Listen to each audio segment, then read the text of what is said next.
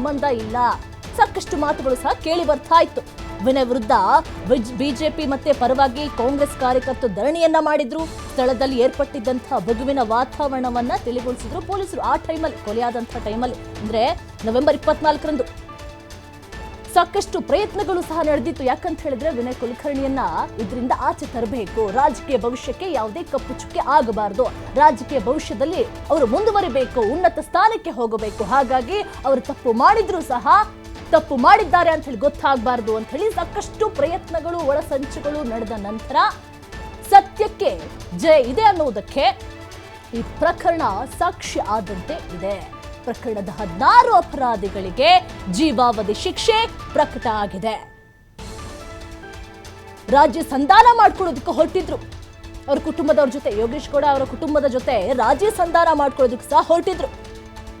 Dharwad DYSP BP Chandrashekhar ಕೂಡ ಒತ್ತಡವನ್ನ ಹೇರಿದ್ರು ಅಂತ ಹೇಳಿ ಆರೋಪಿಸಿ ಯೋಗೇಶ್ ಗೌಡರ ಸಹೋದರ ಗುರುನಾಥ್ ಗೌಡರ ಪೊಲೀಸ್ ವರಿಷ್ಠಾಧಿಕಾರಿಗೆ ದೂರನ್ನ ಸಹ ಕೊಟ್ಟಿದ್ರು. ಎಲ್ಲ ಅಪರಾಧಿಗಳಿಗೆ 30,000 ದಂಡ. ಯೋಗೇಶ್ ಗೌಡ ಮಕ್ಕಳಿಗೆ ದಂಡದ ಮೊತ್ತವನ್ನ ಕೊಡಬೇಕು, ನೀವಷ್ಟೇ 30,000ವನ್ನ ಕೊಡಬೇಕು. 16 ಲಕ್ಷ ನೀಡಲು ಆದೇಶಿಸಿದಂತಹ ಕೋರ್ಟ್ ಎಲ್ಲ ಅಪರಾಧಿಗಳಿಗೂ ಸಹ 30,000 ದಂಡವನ್ನ ವಿಧಿಸಲಾಗಿದೆ. ಜೀವಾವಧಿ ಶಿಕ್ಷೆ ಅಲ್ಲದೆ 30,000ವನ್ನ ಕೊಡಬೇಕು. ಯೋಗೇಶ್ ಗೌಡ ಅವರ ಮಕ್ಕಳಿಗೆ ದಂಡದ ಮೊತ್ತವನ್ನ ನೀಡಬೇಕು. 16 ಲಕ್ಷ ನೀಡಲು ಆದೇಶಿಸಿದ ಕೋರ್ಟ್.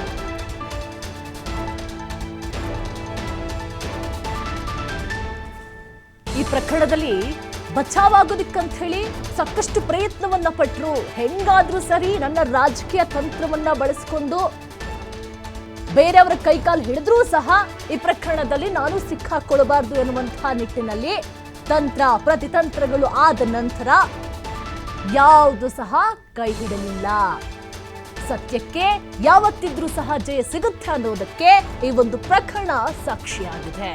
ಯೋಗೇಶ್ ಗೌಡ ಅವರ ಮಕ್ಕಳಿಗೆ ಏನು ದಂಡದ ಮೊತ್ತ ಇದೆ 30,000ವನ್ನ ಸಂಪೂರ್ಣವಾಗಿ ಕೊಡಲೇಬೇಕು.